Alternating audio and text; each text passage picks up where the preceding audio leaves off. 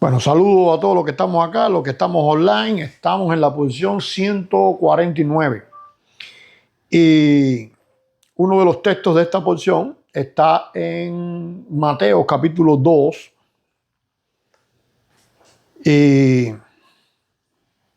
no vamos a meternos hoy en el tema de que si la fecha, que si en diciembre, que si no es en diciembre. Ese no es el punto hoy. Aunque este texto se acostumbra a leer, a estudiar, a mirar solamente en la llamada Christmas, ¿cómo se llama? Navidades. Pero como es parte de nuestra posición hoy, vamos a estar viéndolo y vamos a estar mirando algunos detalles que muchas veces las personas simplemente se guían por lo que dice una tradición y no por lo que realmente el texto enseña.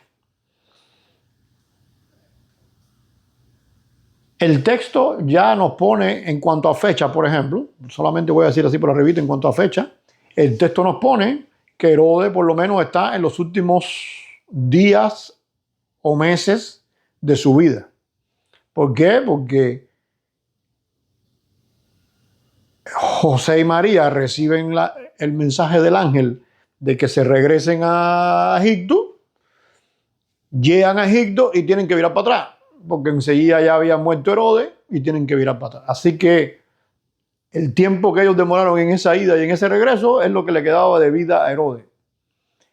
Y sabemos que, por ejemplo, Herodes, se sabe exactamente la fecha en que murió Herodes. O sea, que tú nada más que tienes que saber que en esos últimos meses fue que ocurrió el nacimiento de Jesús.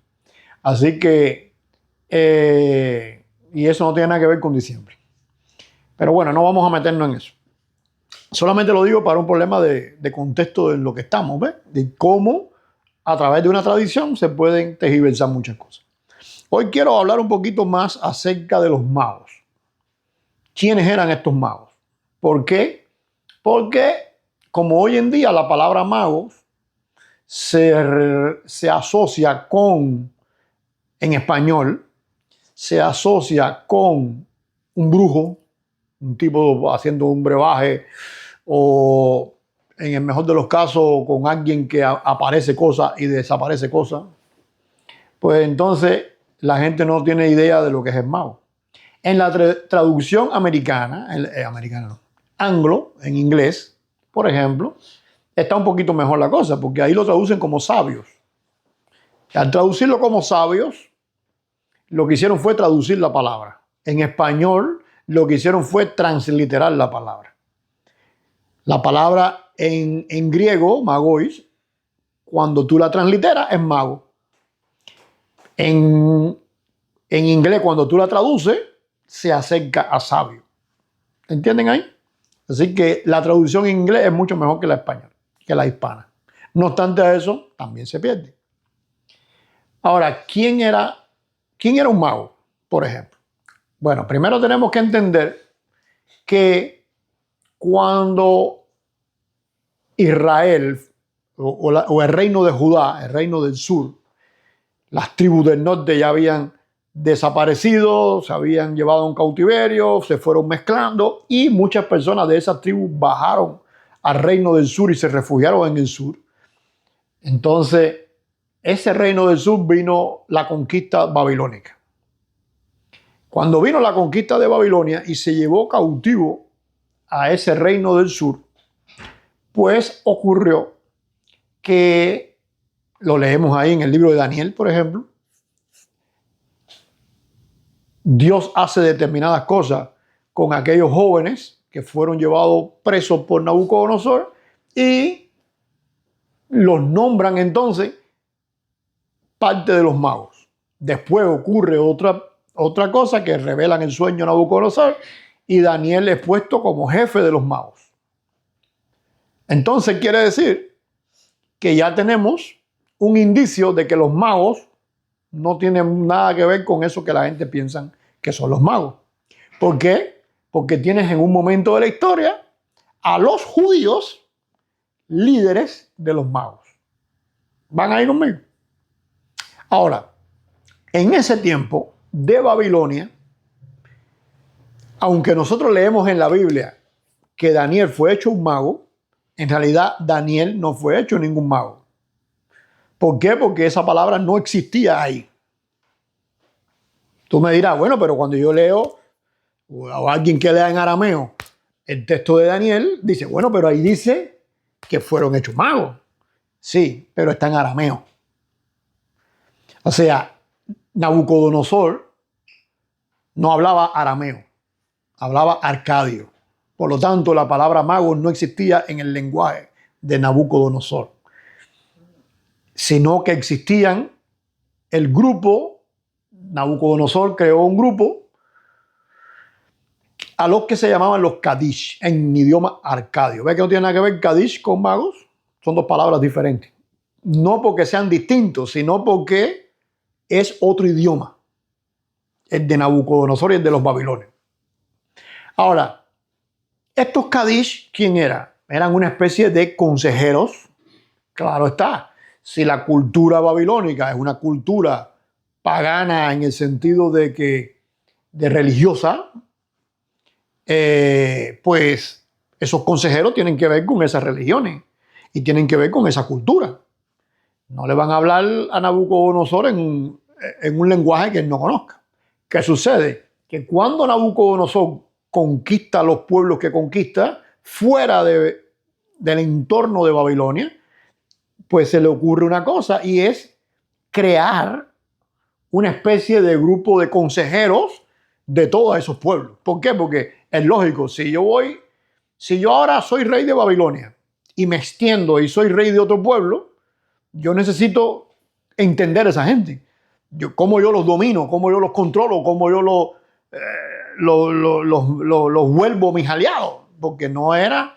O sea, Nabucodonosor entendió que si yo conquisto un pueblo y ese pueblo no lo asimilo, pues automáticamente en algún momento van a ser mis enemigos. Y los voy a tener aquí dentro de él. Entonces dijo, tengo que asimilarlo. Y efectivamente lo hizo al punto de que muchos de esos pueblos formaron parte del ejército de Babilonia.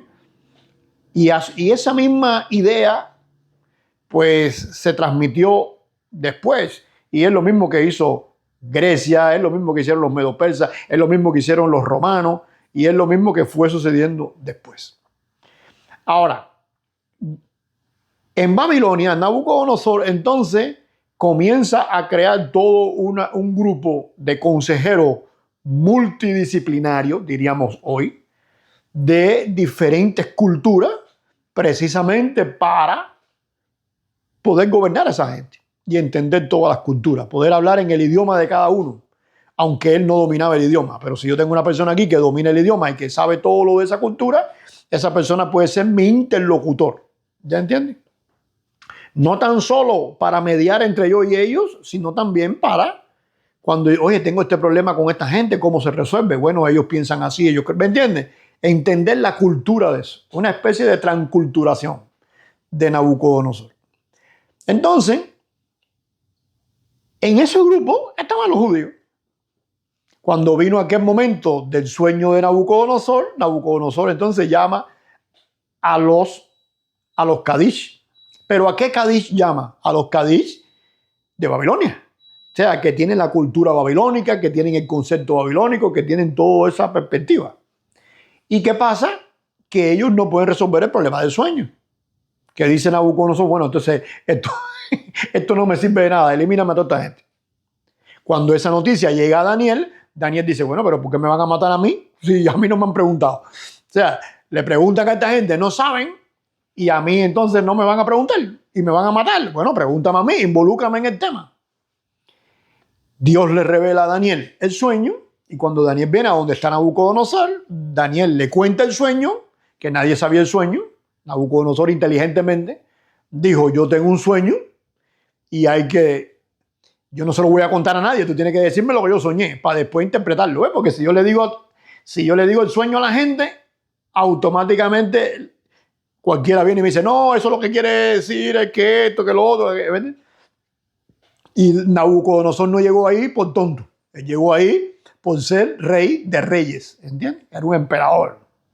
Entonces, en su sabiduría, Nabucodonosor dijo, no. Tiene que decirme el sueño y después decirme lo que significa. ¿Qué pasa entonces? Vienen esta gente, nadie puede decirlo y decide matar a todo el mundo. Daniel dice, un momentico, a mí no me mate, a mí dame la oportunidad. Daniel entonces le revelan el sueño, llega a donde está Nabucodonosor y le dice, tú soñaste esto, esto, esto y esto. Nabucodonosor, como el cangrejito de la...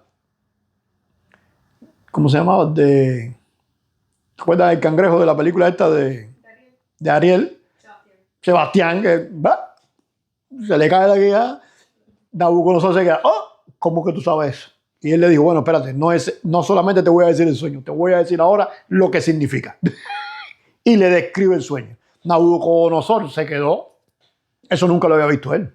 Porque además los mismos magos se lo dicen, o sea, espérate un momentico, es imposible que el sueño tuyo se pueda describir. O sea, vaya, yo no puedo meterme en el cerebro tuyo para ver lo que tú soñaste.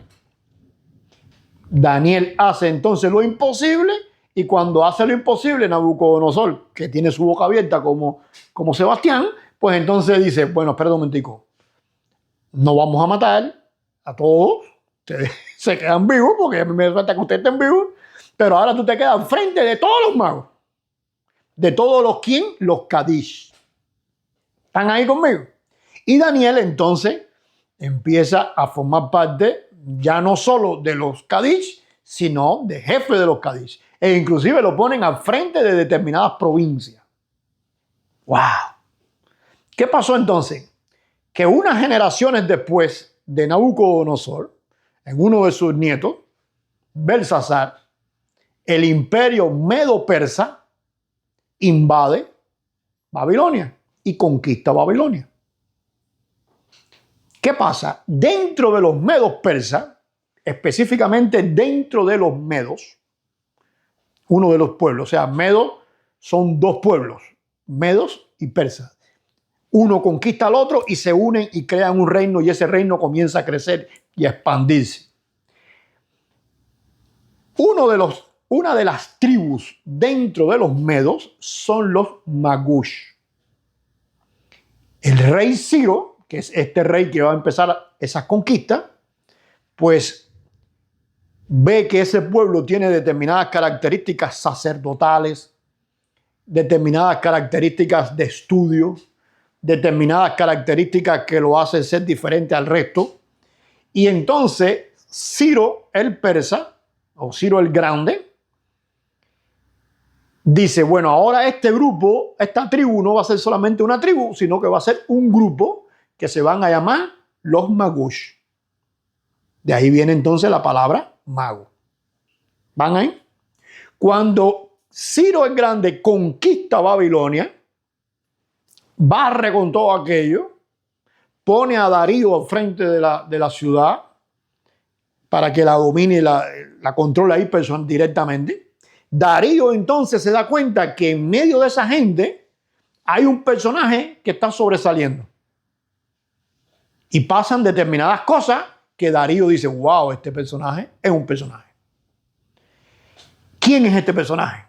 Daniel y sus amigos judíos, que son ¿qué cosa? Kadish. Entonces, ¿qué hace? Los convierte en parte de los magos. Y a partir de ese momento, ellos se llaman magos. Cuando se escribe el texto bíblico, se va a escribir entonces en la lengua de los persas, no en la lengua de los babilónicos, que es la Arcadia, en la lengua, en la letra de los persas. Cuando se escribe la transferencia que hay del idioma hebreo, el llamado paleo hebreo, al hebreo más para acá, se conoce también como proto-masorético. O sea, las letras cambian. ¿Qué pasó? Que agarraron las letras del arameo y escribieron el hebreo. ¿Entienden antes? Ya el hebreo existía y se escribía y todo, porque existía la Torá y existía todo. Pero ellos agarran esta lengua y la pasan para acá. Cuando nosotros leemos el libro de Daniel,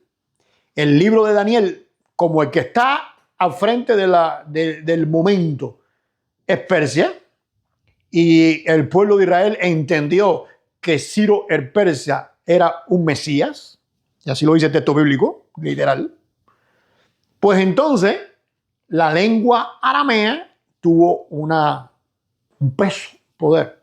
Así que cuando se escribe el libro de Daniel va a estar escrito en hebreo, pero también en arameo.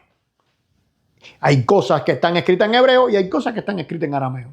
Por lo tanto, cuando van a mencionar a Daniel y a sus amigos, no los van a mencionar como la palabra Arcadia que representaba y que puso Babilonia, sino con la palabra mago, que es la que se usa en el momento.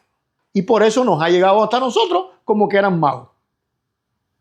¿Eran magos? Sí, pero un tipo de mago. ¿Entienden hasta ahí?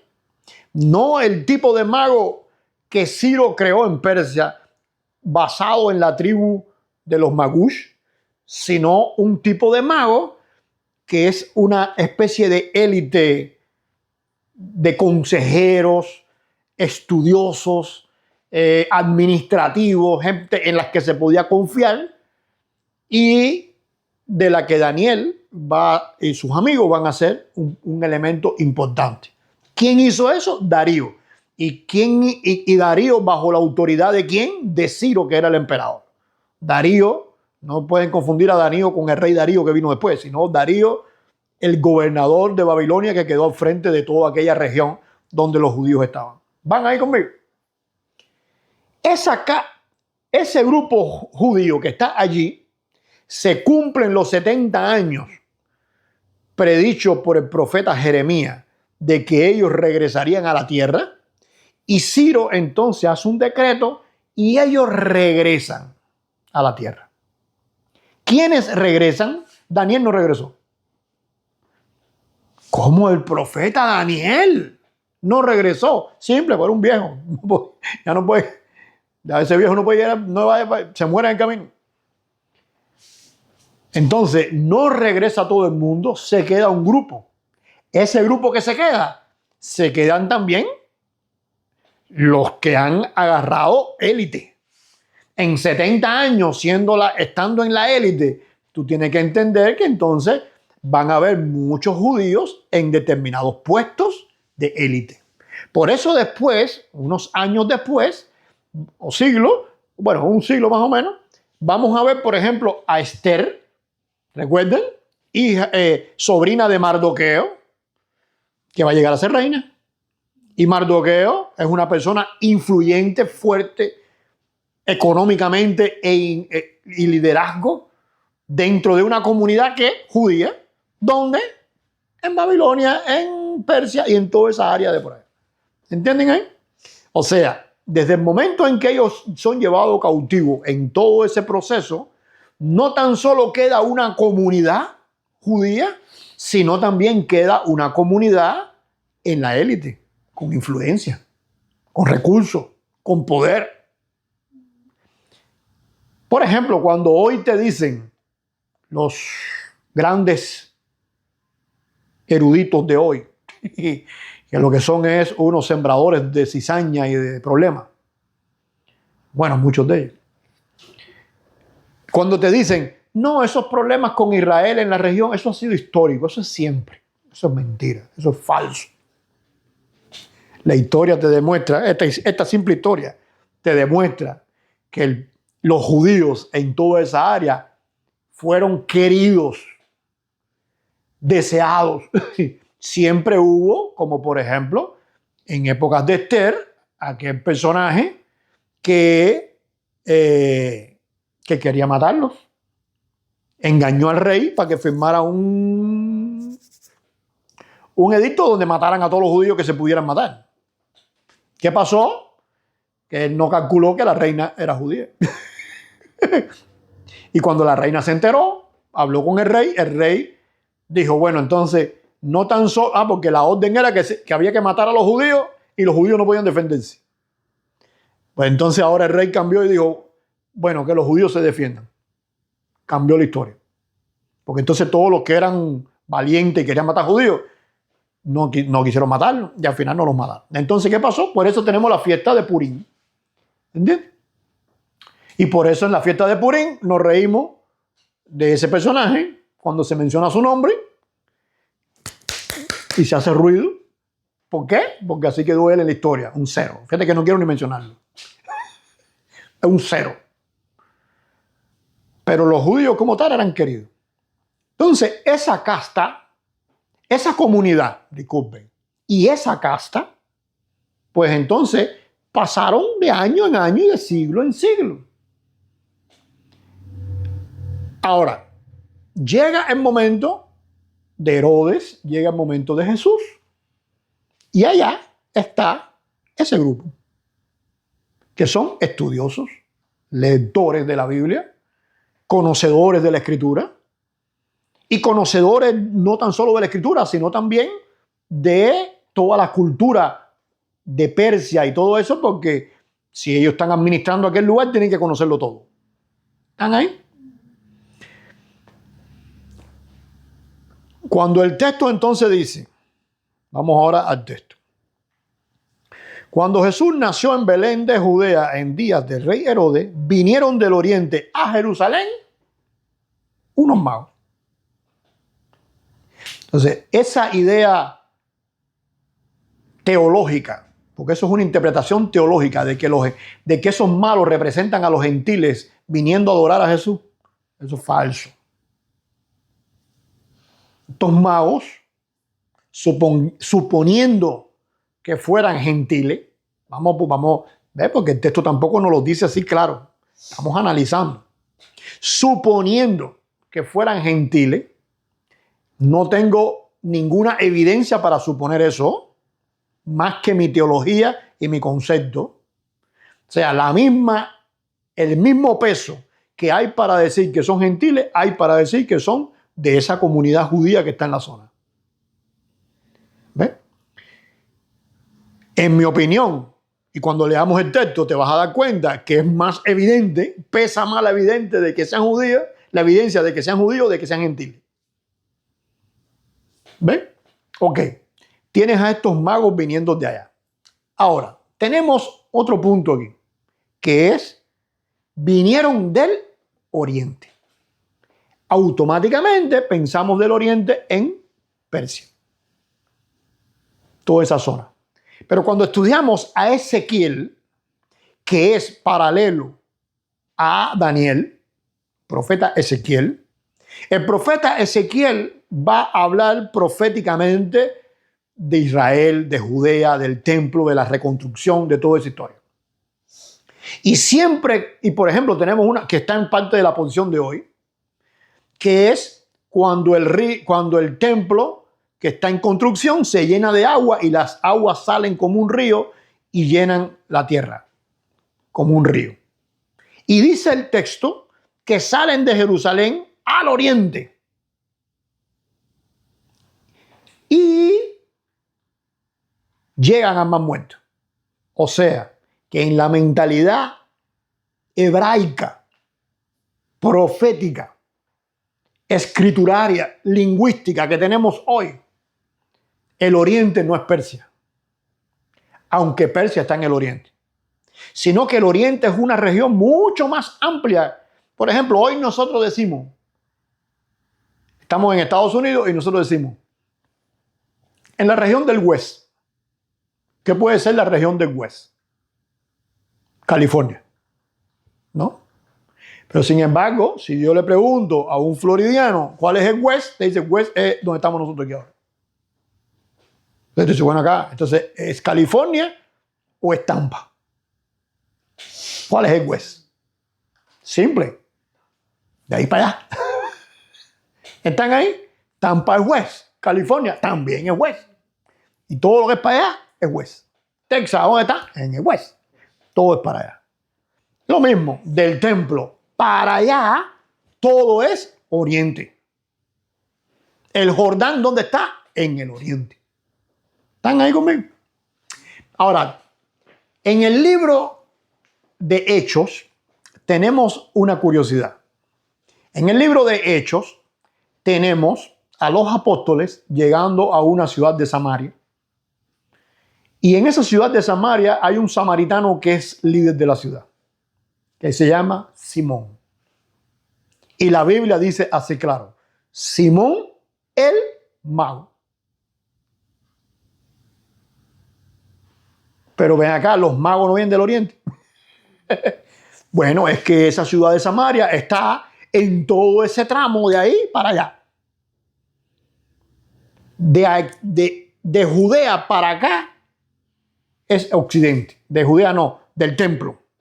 Del templo para allá es oriente, del templo para acá es occidente. En occidente, ¿qué había? Filósofos. La cultura helénica no tenía magos, tenía filósofos. La cultura oriental no tenía filósofos, tenía ¿qué cosa? Magos. ¿Quién era? En la cultura occidental, los filósofos más bien se entienden como gente de ciencia. Pero no es así. Los filósofos la ciencia no implicaba solamente matemática, astronomía, naturaleza. La ciencia implicaba también lo místico, el interior del hombre, el exterior. Por ejemplo, tenemos los famosos presocráticos que hablaban del origen de las cosas. Entonces, la filosofía abarcaba todo eso. Lo mismo que abarcaba por acá el Maguís. El Maguís abarcaba entonces no tan solo el movimiento de las estrellas, no tan solo la matemática, no tan solo la física, no tan solo la alquimia, sino también las religiones, lo misterioso, lo que no se conoce, lo oculto, todo eso. ¿Están ahí conmigo?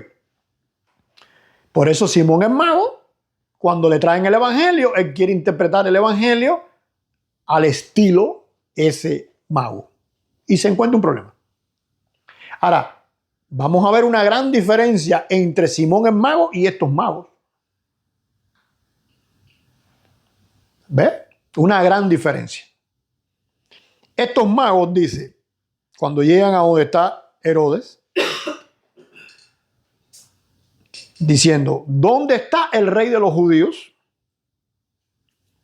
que ha nacido? Porque su estrella hemos visto en el oriente y venimos a adorarle. O sea, ellos están a la expectativa de este personaje. Entonces no puede ser, no pueden ser paganos. Ellos tienen que conocer la escritura y tienen que estar en la expectativa de eso. Tienen que estar pendientes de eso. Oyendo esto, el rey Herodes se turbó y toda Jerusalén, claro, tiene que turbarse, porque si ahora él es el rey y vienen diciéndole que nació un rey, entonces dice, bueno, los minutos me quedan contados, porque si yo soy rey y nació un rey, lo que me queda de rey a mí es poco. Entonces, bueno, vamos a batirnos. Él está acostumbrado a batirse con todo el que quiera eliminarlo, inclusive a sus hijos. Él mató a sus hijos. Inclusive en Roma había un dicho, en Roma, en el imperio, había un dicho que decía, es mejor ser un puerco en la casa de Herodes que un hijo. Porque un puerco, Herodes practicaba el judaísmo. Pero un puerco, tú sabes que los judíos no comen puerco y el puerco es un animal inmundo, ¿no? Bueno, era preferible ser un puerco que un hijo, porque si el hijo nada más que se equivocaba, Herodes lo mataba. No estaba en ese problema. No entendía con nadie. Imagínate tú, llegan y le dicen, nació el rey. Los minutos le quedan contados a este rey, ¿no? Oyendo esto, el rey Herodes se turbó y toda Jerusalén con él. Y convocado todos los principales sacerdotes y los escribas del pueblo, les preguntó dónde había de nacer el Cristo. Ellos le dijeron, en Belén de Judea, porque así está escrito por el profeta. O sea, donde único se menciona de un rey que viene, de un Mesías, ¿dónde es? En la escritura hebrea. Estas personas son magos, vienen del oriente, pero son especialistas en la escritura hebrea. Ah, porque como ellos sabían conocimiento, bueno, yo no recuerdo que Aristóteles fuera conocedor de la escritura hebrea. Yo no recuerdo que Pitágoras haya sido, no recuerdo que Platón sea experto en la... O sea, si tú eres un sabio en tu cultura, ¿a ti qué te importa la de este pueblo que es una cosita ahí? y que creen en el único Dios que no se ve ni nada, a diferencia de todos los demás pueblos. No tiene lógica. ¿Quiénes están interesados en eso? A alguien que le interesa. Simple. Entonces Herodes, llamando en secreto a los magos, indagó de ellos diligentemente el tiempo de la aparición de la estrella y enviándolos a Belén. O sea, ellos no van a Belén. Es Herodes el que los envía a ellos a Belén. ¿Por qué? Porque Herodes quiere ir al grano. O sea, no me le dé vuelta la cosa, que hay que eliminar a esta gente. Ahora, si tenemos en cuenta, y ahora vienen dos alternativas, no quiere decir que yo me caso con ninguna de las dos, quiere decir que hay dos alternativas. Del oriente para allá encontramos la comunidad que les hablé, que está en el extremo oriente, que para venir de allá a acá por lo menos son unos cuantos meses de camino. Esto no es 2 días, unos cuantos meses de camino. Pero también, interesantemente, en esa misma trayectoria del oriente, tenemos, antes de llegar al Mar Muerto, una comunidad que sus libros nos han llegado hasta hoy, que se llama, o le decimos, los Qumranitas. La comunidad de Qumran, la comunidad del Mar Muerto. ¿Dónde están ellos? En el oriente. Son una comunidad cerrada, no tienen acceso a todo el mundo, leen cosas de ellos y practican y viven un judaísmo diferente al que se vive en Jerusalén. Entonces, ellos nunca se llamaron a sí mismos magos, pero entendiendo el concepto mago, podemos darnos cuenta que los que no eran parte de ellos podían llamarle magos. Así que o son de Qumran, estos que vienen a ver, que conocen la escritura y conocen todas las cosas, o vienen de Persia, que también conocen la escritura y conocen todo. Hay un elemento muy importante que está alrededor de los de Qumran. Y es que los de Qumran están esperando a una especie de Mesías que es una estrella. Se asocia proféticamente con la estrella. Inclusive años después tenemos, en el 135, ya después de la destrucción de Jerusalén, la segunda destrucción de Jerusalén, tenemos a Bar Kokhba, que quiere decir Bar Kokhba, hijo de la estrella. ¿Por qué? Porque en la cultura hebrea del lugar había que tener algo que ver con la estrella para cumplir con una profecía que está por allá, por el libro, en la Torá, en el libro de Números, que tiene que ver con la estrella. ¿Están ahí conmigo? Y en Qumran se usa mucho eso.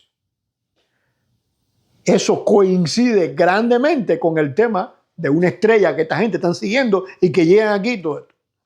O sea, tenemos dos comunidades y tenemos un punto que coincide con una de ellas.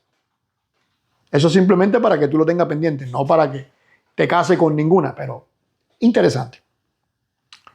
Entonces Herodes, llamando en secreto a los magos, indagó de ellos diligentemente el tiempo de la aparición de la estrella y enviándolos a Belén dijo, id allá y averiguad con diligencia acerca del niño. Y cuando le halléis, hacérmelo saber para que yo también vaya y lo adore. Herodes, con esa habilidad maléfica, ¿no? Ellos, habiendo oído al rey, se fueron de allí, y he aquí la estrella que habían visto en el oriente iba delante de ellos. Entonces, ¿cuál fue la confirmación de ellos para ir a Belén? No solamente lo que dice Herodes, porque eso lo saben ellos también, que iban a hacer en Belén. La estrella tiene que ver con Belén, sino que entonces ellos dicen, espérate un momentico, la estrella lo está confirmando. Seguimos estrella. O sea que en aquella profecía de la estrella que está en el libro de Números y que va a estar llevando el pensamiento hebreo a ese concepto de una estrella y eso. Hay dos cosas. Una, que hay una estrella física que te va a llevar hasta ahí, con cálculos matemáticos que tú tienes que saber para que te muevan ahí. Cálculos matemáticos que no saben los sabios que están en Judea. Los sacerdotes, los escribas, los fariseos, toda esa gente no lo saben. Porque si lo supieran, pues ellos lo hubieran visto la estrella también, porque la estrella está en el cielo para todo el mundo. Ellos no la vieron. Cuando Herodes le pregunta, bueno, la escritura, lo más que sabemos es que la escritura dice que van a nacer aquí. Pero lo de la estrella y eso, ahí sí nos perdimos. ¿Quién lo sabe? Esta gente. Curiosamente, uno de los estudios de los magos, ¿qué cosa es? La astronomía. Así que entonces, ellos tienen que saber los cálculos necesarios para moverse con esa estrella. Cuando tú miras para el cielo, ¿cuántas estrellas hay? Miles. Y si es un lugar oscuro, no como nosotros que tenemos luz, millones de estrellas tú vas a ver. Entonces, ¿cómo tú sabes cuál es la estrella que hay que seguir? Ahí tienen que haber muchas peculiaridades para que te señale una estrella. Segundo, tiene que la estrella moverse, ¿no? O tiene que indicarte un camino, porque como tú sigues. Hay quien dice, no, fue una estrella fugaz, y te la dibujan. ¿Tú no has visto en los muñequitos que te dibujan una estrella como si fuera una estrella fugaz? Bueno, la estrella fugaz pasa tan rápido que ¿cómo tú vas a seguir una estrella fugaz? No puede ser una estrella fugaz. O sea, es una estrella que está ahí y que si nosotros miramos hoy en día, está ahí también. La única cosa es que el cálculo que saben los magos, nosotros no lo sabemos para saber cuál estrella es. Pero ahí está. ¿Van? Y cuando esa estrella se alinea de determinada manera, en determinado momento, pues eso le indicó a los magos que era el momento. Ahora dice entonces, he aquí la estrella que habían visto en el oriente iba delante de ellos hasta que llegando se detuvo sobre donde estaba el niño. Bueno, cualquier bitácora de un marinero que tú agarres, de un marinero antiguo que se guiaba por las estrellas, tú vas a ver que también las estrellas igual se paraban y hacían todo eso. Porque no quiere decir que la estrella se estaba moviendo y se paró aquí. No quiere decir eso. Lo que quiere decir es que en determinados ángulos geográficos llega un punto donde ellos determinan, se paró. ¿Se paró sobre dónde? Sobre Belén o sobre algo de Belén. ¿Ya entienden hasta ahí? Porque si tú ahora miras una estrella, la estrella está tan lejos, cualquier estrella, está tan lejos que si tú te paras para allá, tú la vas a ver sobre un punto y si tú te paras para acá, la vas a ver sobre otro punto. Tú nunca la vas a ver sobre el mismo punto. Entonces, depende también del ángulo donde tú estés parado. O sea que esos magos tienen que conocer todo eso. Dice, y al ver la estrella, se regocijaron con muy grande gozo. Y al entrar en la casa, vieron al niño con su madre María y postrándose lo adoraron. Y abriendo sus tesoros le ofrecieron presentes, oro, incienso y mirra. Pero siendo avisados por revelación en sueño que no volviesen Herodes, regresaron a su tierra. Interesantemente dice, por otro camino. Bueno, déjame decirte que para ir de Belén a Qumrán, por ejemplo, solamente hay un camino. Y para ir a ese camino, tienes que necesariamente subir a Jerusalén. Interesantemente. O sea, que si tú estás en Belén y vas a ir directo a Qumrán, por ejemplo, suponiendo que sea la comunidad de Qumrán, la de los magos, para tú ir a Qumrán, y eso le da otro puntico a esta comunidad por encima de la de los persas. Ya te dije el puntico de una cosa, viene el otro punto de la estrella, ahora viene otro puntico. Y es que para tú ir a esa comunidad necesitas ir por senderos, no por camino. Porque el único camino que hay, sube a Jerusalén y de Jerusalén va a Qumrán. Pero si ellos tienen que evitar Herodes y se van por otro camino, tienen que entonces ese otro camino ser un camino que a nadie le interese cogerlo. Porque Herodes si Herodes lo que quiere es buscar, lo que quiere, ¿qué tiene que hacer Herodes? Oye, sale a buscarme a esta gente. En algún camino tienen que estar, ¿no? ¿Cuántos caminos hay? 50. ¿Tú crees que Herodes no tenía soldados para mandar el soldado por los 50 caminos? Entonces tienen que irse por un lugar que no sea camino. Tienen que irse por un lugar donde nadie busque por ahí. Y eso es pleno desierto, atravesar todas esas montañas para llegar entonces allá. Ahora, ¿qué tiene en contra la comunidad de Qumran? Bueno, Herodes sabía de la comunidad de Qumran. Herodes hubiera mandado, si sabe que son gente que vienen de Qumran, pues hubiera mandado entonces a buscarlos allá a Qumran. No lo hizo. Así que eso entonces es un punto menos para Qumran. Pero por ahí están los tiros. O es de Persia o es de Qumran. ¿Va? Por eso es que yo no me decido por una específicamente. Ahora, vamos a ubicarnos en la de Persia, que son donde sabemos que habían magos. En Qumran había magos, es otra historia, ¿ves? Bueno, puede ser que le llamaran magos, aunque ellos no se autotitularan magos. Pero yo pienso que si a esta gente los llaman magos, es porque ellos se autotitulan magos. Ahora, eso es lo que inclina la balanza entonces a los de Persia. ¿Qué enseñanza podemos sacarle a esto mejor que esta enseñanza de que los gentiles vienen al Mesías? Claro que los gentiles, no hace falta una profecía. Los gentiles tienen que venir al Mesías, porque el mensaje de Dios al pueblo de Israel nunca fue para el pueblo de Israel solo. Nunca. Cuando ellos estaban en el desierto, en el Sinaí, Dios les dijo, ustedes van a ser unos gentiles santos.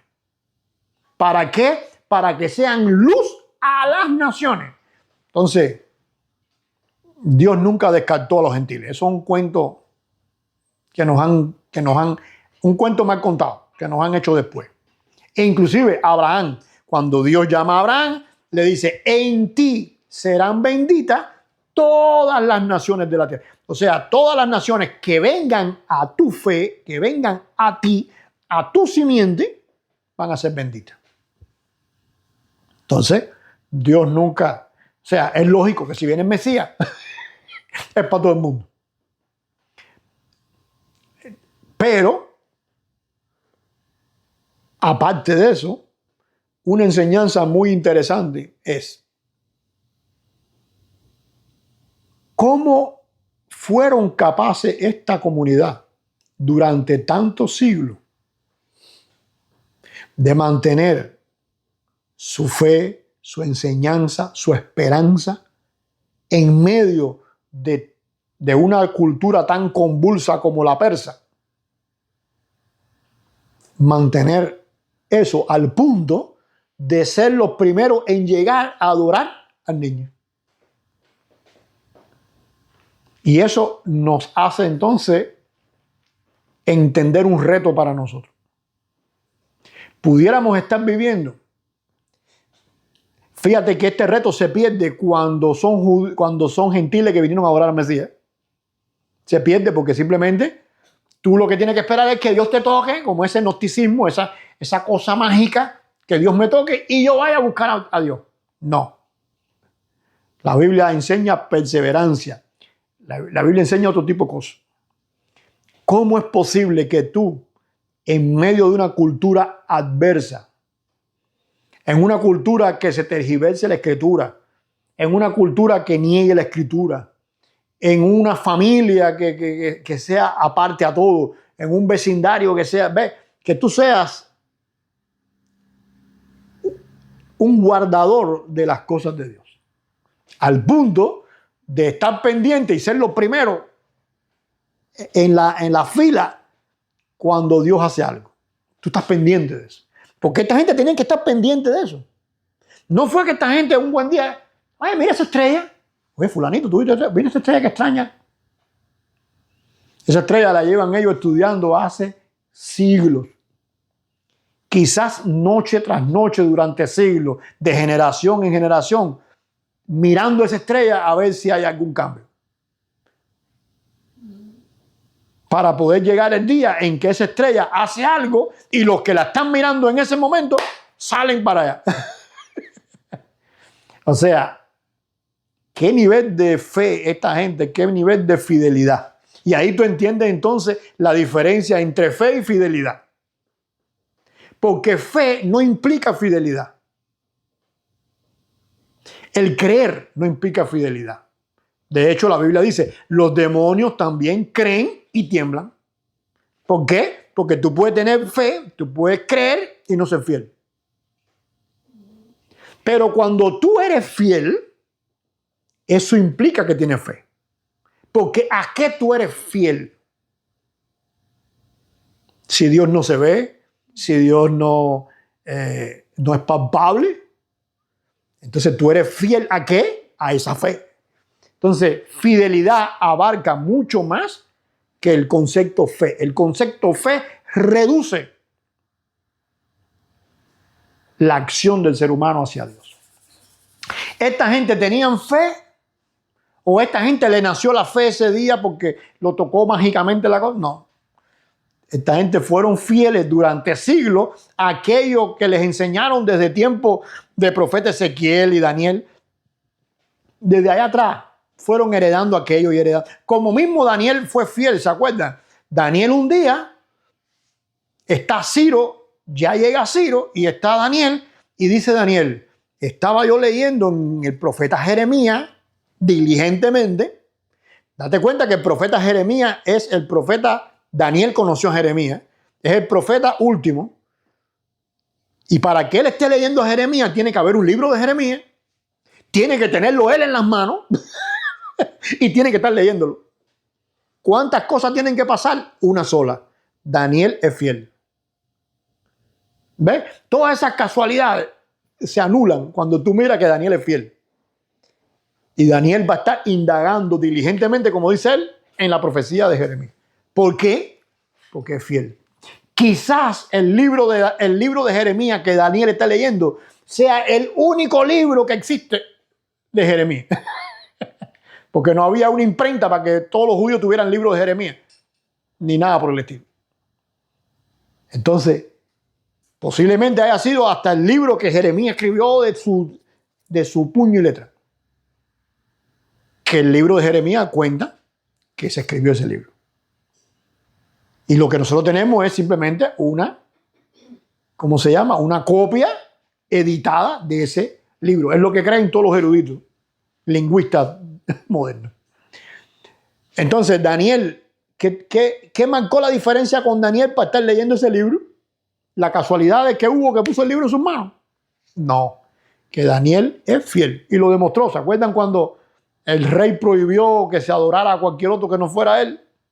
¿Y qué hizo Daniel? Abrió las ventanas y dice, y adoró como cada día, en la mañana, en la tarde y en la noche, 3 veces al día. O sea que Daniel era ¿qué cosa? Fiel. ¿Qué son estos magos que vienen de allá? Simplemente gente que sintieron una electricidad. Creemos en, esa estrella es el rey de los judíos.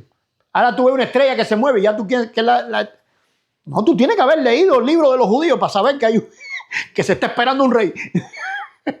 Esa es simpleza.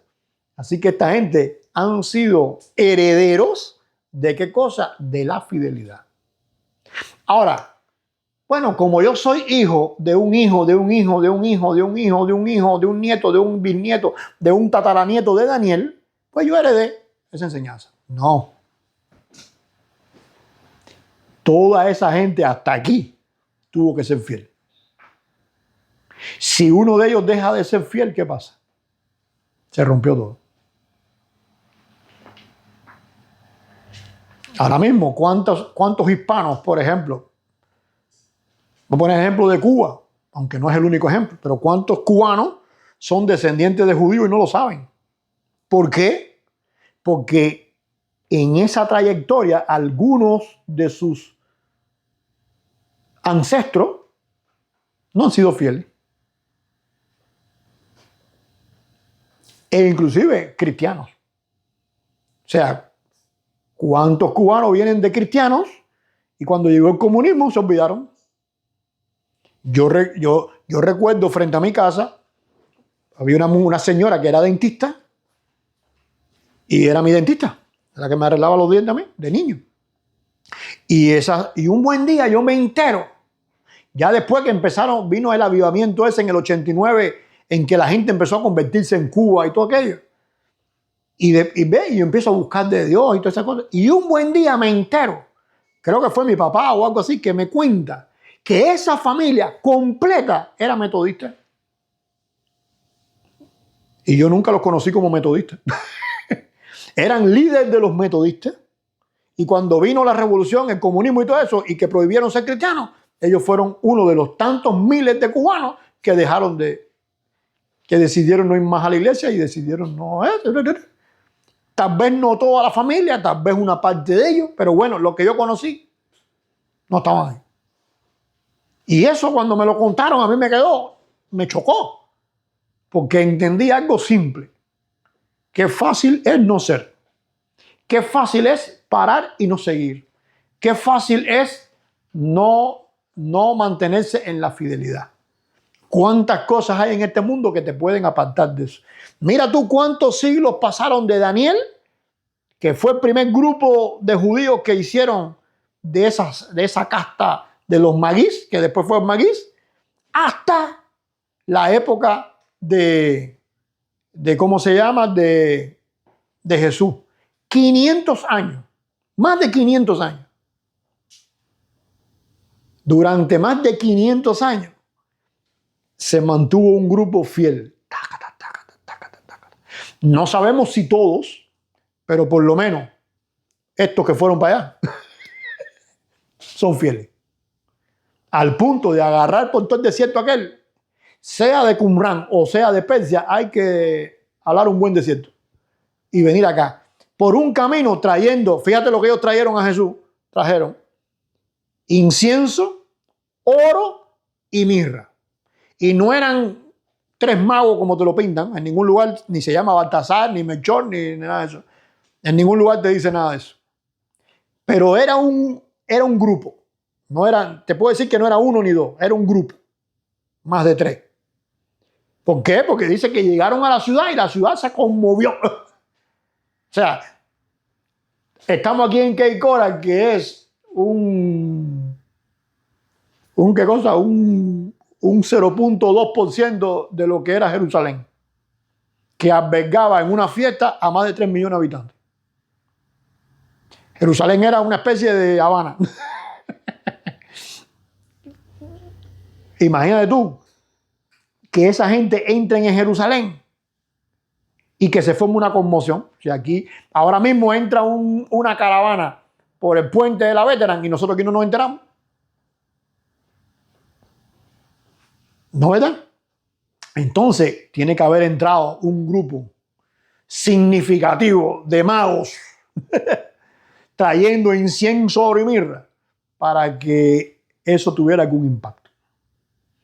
Y también puedes calcular que esa historia de que Jesús era pobre, era una familia pobre, María era una mendiga casi, eso es falso.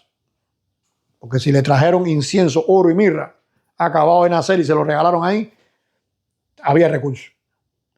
O sea que Jesús no dependía. Cuando Jesús dejó todo y fue a su ministerio al desierto y fue sin nada, quiere decir que Jesús dejó todo. ¿Para qué? Bueno, si Él es el rey de la fidelidad, si Él es la fidelidad, pues claro que lo iba a hacer. Y lo dejó todo, ¿no? Bueno, estos magos trajeron todo esto y lo entregaron. Entonces, ¿el reto cuál es? Ese. ¿Qué pasará con nosotros dentro de 100 años, 200, 300, 400? Yo me imagino que si a Daniel le preguntan qué pasará, bueno, a menos que él tenía las profecías, ¿no? Pero antes que le dieran las profecías que le dieron, que hablan de todo eso, de toda esa historia que le he contado. Ahora, el que quiera indagar, que busque y aprende y estudie. Pero en toda esa profecía que le dieron, antes de tener eso, si a él le dicen dentro de 500 años, unos descendientes de ustedes, tal vez no directamente tuyo, pero de tu comunidad, van a ir allá, él se sorprenda, ¿no? Porque, wow, lo mismo que diríamos nosotros hoy. Bueno, ¿qué será de Way Up? ¿Qué será de cada uno de nosotros? ¿Qué será de la fe que yo he recibido dentro de 500 años? de mis descendientes que yo ni siquiera voy a conocer, ni sé quiénes serán, ni por dónde estarán pasando. Bueno, yo tengo que ser de tal manera fiel que esa fidelidad mía impacte a mi descendencia para que ellos sean fieles también. Y cuando hablo de descendencia no me refiero a hijo, nieto, sangre.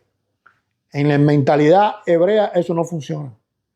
Descendencia es todo el que está dentro de tu comunidad. Nueva generación, por ejemplo, nosotros tenemos, tú sabes la tropa que tenemos, a los Emmanuel, a los, ¿cómo se llama? A los Judy, a los Elizabeth, a todo el que es Logan, todo el que es una generación después de la de nosotros.